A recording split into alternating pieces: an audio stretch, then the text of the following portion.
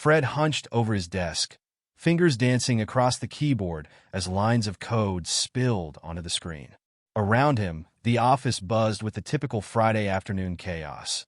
But Fred remained laser-focused, determined to squash an obnoxious bug before the weekend. "Hey, Fred, we're hitting the bar, you in?" called out Dave from marketing, already halfway out the door. Fred forced a smile. "Thanks, but I've got plans." The lie slipped out effortlessly, honed from years of dodging social events. Dave shrugged. "Suit yourself, man. See you Monday." As the office emptied, Fred let out a relieved sigh. Small talk drained him more than coding marathons ever could. He'd rather wrestle with 1,000 bugs than engage in awkward chit-chat. Hours later, Fred finally surfaced from his code. The office was silent, and the sky outside had turned a deep, inky black. With a groan, he packed up his things and headed out into the cool San Francisco night. The streets were bustling with the usual Friday night revelers. People laughing, couples holding hands. Fred, feeling like a ghost among them, hurried toward his apartment, eager for the comfort of silence and a Star Trek binge. As he cut through Golden Gate Park, a brilliant flash of blue light lit up the sky. Fred froze, watching as what looked like a meteor blazed across the heavens and crash-landed not too far from where he stood. His heart raced. This was the part where any sensible person would run. But curiosity tugged at him. It always did. He followed the trail of broken branches and scorched earth, the smell of burnt ozone thick in the air. When he reached the crash site, he gasped. In the middle of a smoking crater lay a woman, her skin shimmered like moonlight, and her hair was like liquid starlight. She groaned softly. Fred swallowed hard. Holy crap! The woman stirred, her eyes fluttering open to reveal swirling galaxies of purple and gold. "Greetings, Earthling," she said, her voice melodic but strained. "I come in peace, and what's the phrase? Netflix and chill." Fred blinked. "A what?" The alien frowned, clearly confused. "Did I misuse the phrase? I was told it's a customary Earth greeting." Fred bit back a laugh. "Not quite. Are you okay? That looked like a rough landing." The alien struggled to sit up, wincing.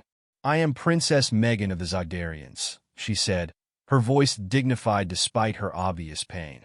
"My ship malfunctioned." Fred reached out to steady her. The moment his hand touched her shimmering skin, an electric tingle shot through him. Fred Wilson, software engineer," he said, still trying to process the fact that he was holding an actual alien. Megan's eyes brightened. "A man of technology. Perfect. Perhaps you can assist me in fixing my ship." Before Fred could respond, the distant sound of sirens grew louder. Megan tensed. "Your government is approaching.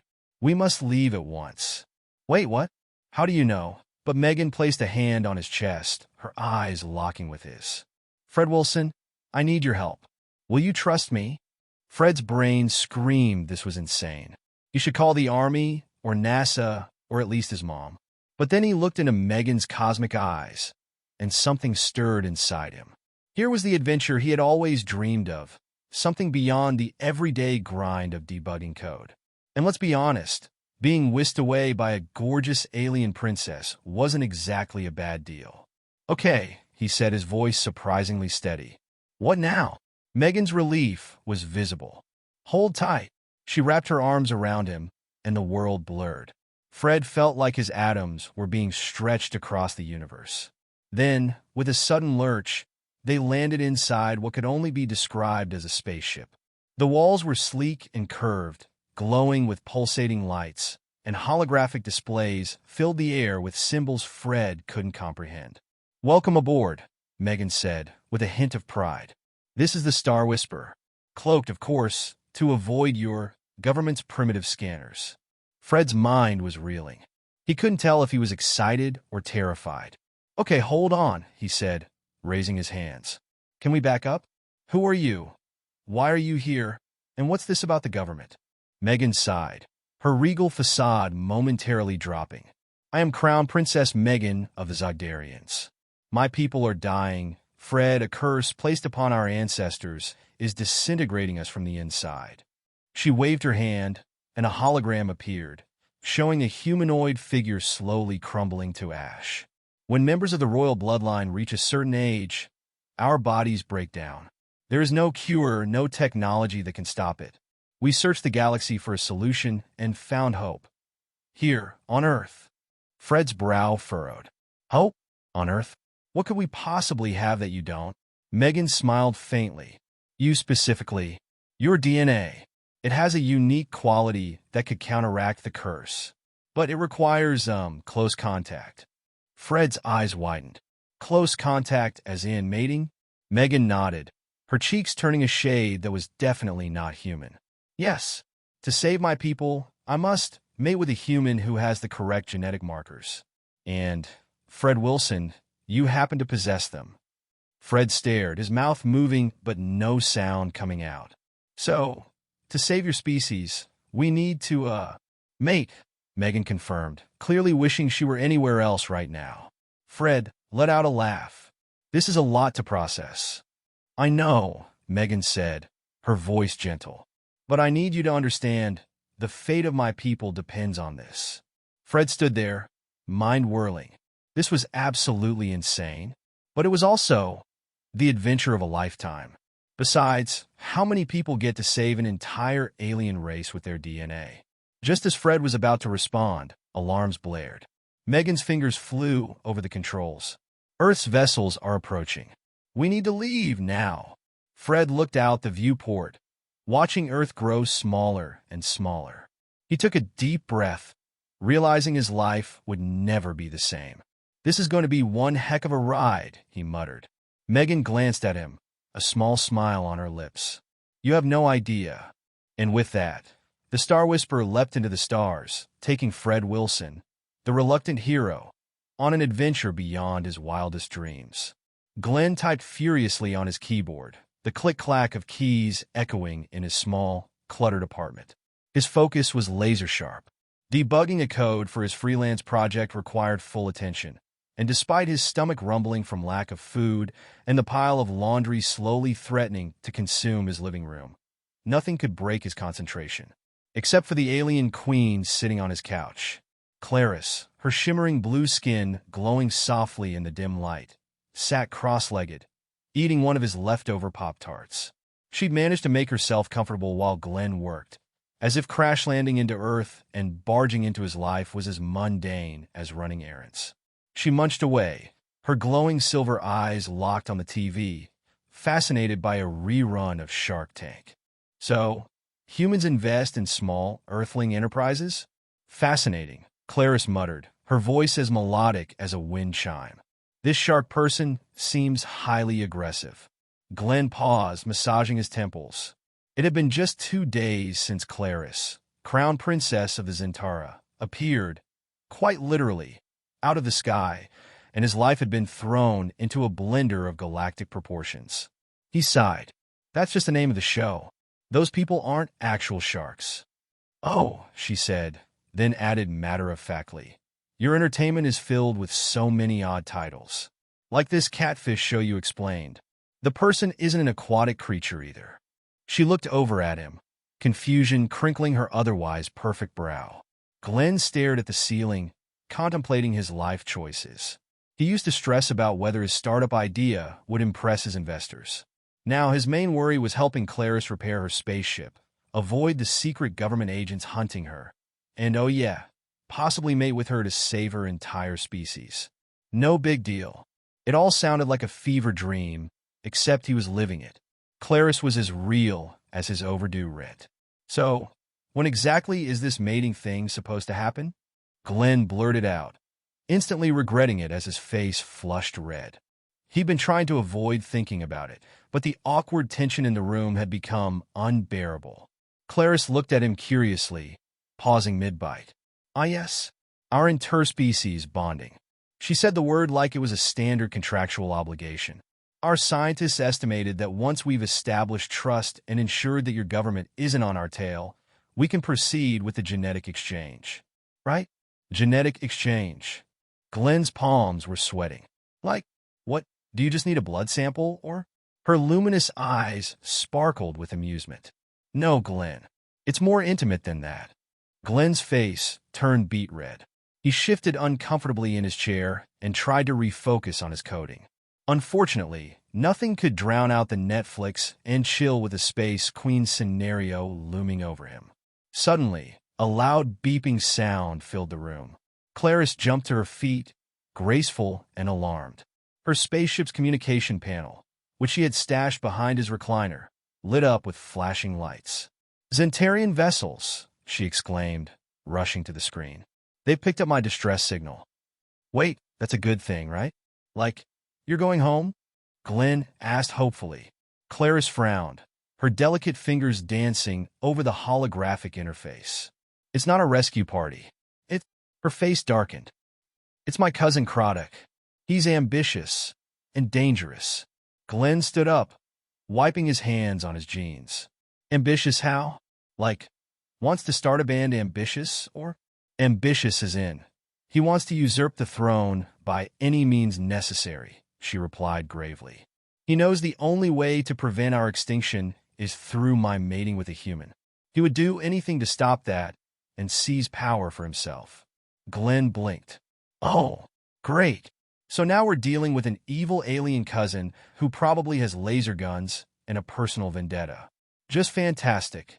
Klariss moved quickly, grabbing a handheld device and slinging it over her shoulder. "We must leave at once. He'll have tracked my location. Glen, gather your things." "I don't have things," Glen shouted, overwhelmed. He threw on a hoodie and grabbed his laptop, as if it might somehow help against galactic bounty hunters. Klariss dashed to the window and opened it, scanning the sky. A blue glow started to appear on the horizon, way too fast and way too quiet to be anything human-made. Glen's heart raced.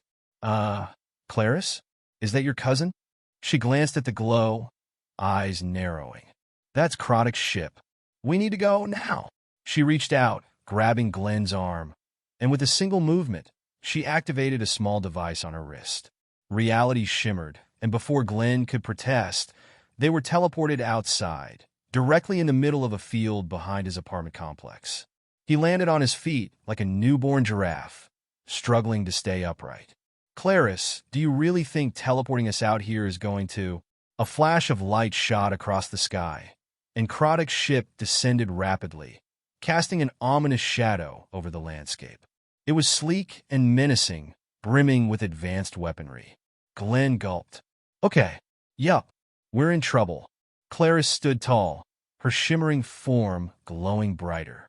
"Not if we can reach the ship first." "Your ship? The one that crash-landed?" "Yes.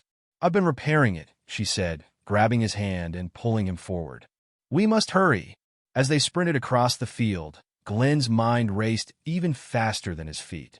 He couldn't believe that he, a guy who could barely keep his plan alive, was now being chased by an alien warlord while holding hands with an alien queen. And worst of all, they hadn't even figured out how to do the whole save the species by mating part yet. They reached the edge of the park, where Klariss's ship lay hidden beneath a camouflage field. Glen, panting and clutching a stitch in his side, collapsed against the hull. "Okay, Klariss, what's the plan? Please tell me you have one." Klariss was already working on the control panel, her eyes focused with intensity. "Once we're aboard, we'll initiate a warp jump. That should buy us time to escape Kradok's range." As they boarded the sleek ship, Glen strapped into the co-pilot's seat. "So, where exactly are we jumping to?" "Somewhere Kradok can't follow. Somewhere unpredictable." Glen swallowed. "Unpredictable how?" She grinned, eyes glinting. "The local Starbucks down the street." "What?" The ship roared to life, and Glen barely had time to scream before they shot into the sky. It seemed that mating with an alien queen was only the beginning of his cosmic adventures. Glen was still screaming as the ship rocketed into the sky, his voice muffled by the sound of the engine's roar. Klariss's grin, though confident, had a slight edge of desperation to it as she expertly maneuvered the controls. The stars outside the windshield streaked into long lines, a visual indication that they were nearing light speed. Glen clung to his seat, feeling his stomach churn with every sudden jolt. He tried to speak, but could barely manage. "Why you said we were going to Starbucks." Klariss shot him a bemused look. "It was a joke, Glen. I've learned from your human entertainment that humor eases tension in high-stress situations. Glen's grip on the armrests tightened. This is not the time for jokes. Klariss glanced out the cockpit window, her eyes narrowing as a distant blue light in the sky grew brighter. Kradok's ship was closing in fast. We don't have much time, she muttered, hitting a series of buttons on the console. I'll initiate the warp jump. It will throw Kradok off our trail, but only for a short while. And then what? Glen asked, his voice rising in panic. What's the plan after we warp? Hide out on some distant moon until Kradok gets bored and goes home? Klariss didn't answer right away. She was focused on the navigation screen, her fingers flying over the controls. No, she finally said. We'll need to find allies. I've contacted a neutral Zentarian outpost in a nearby star system. If we can get there safely, we might be able to rally support. Great.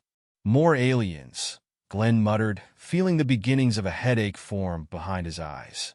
Suddenly, the ship lurched forward violently. Glen's stomach flipped, and he barely managed to hold back a wave of nausea. The lights in the cockpit flickered as Klariss slammed a hand on the console. We've been hit, she shouted, her voice strained with urgency. Kradok's weapons have locked onto us. What? Glen yelped. Can't you do something about that? Like, I don't know, dodge? That's exactly what I'm trying to do, Klariss snapped, her calm demeanor slipping as she adjusted the ship's trajectory. His ship is faster than ours, but he won't risk destroying me outright. He needs me alive. The ship shuddered again, this time with more intensity, and alarms began to blare throughout the cabin. Glen's heart pounded in his chest as he gripped the seat tighter, bracing himself for whatever was coming next. Brace yourself, Klariss shouted. The entire vessel jolted as a final blast from Kradok's ship sent them spinning out of control. Glen's vision blurred as the stars outside twisted in a nauseating spiral, and he could feel the ship hurtling towards something big. Suddenly, with a deafening crash, everything went black.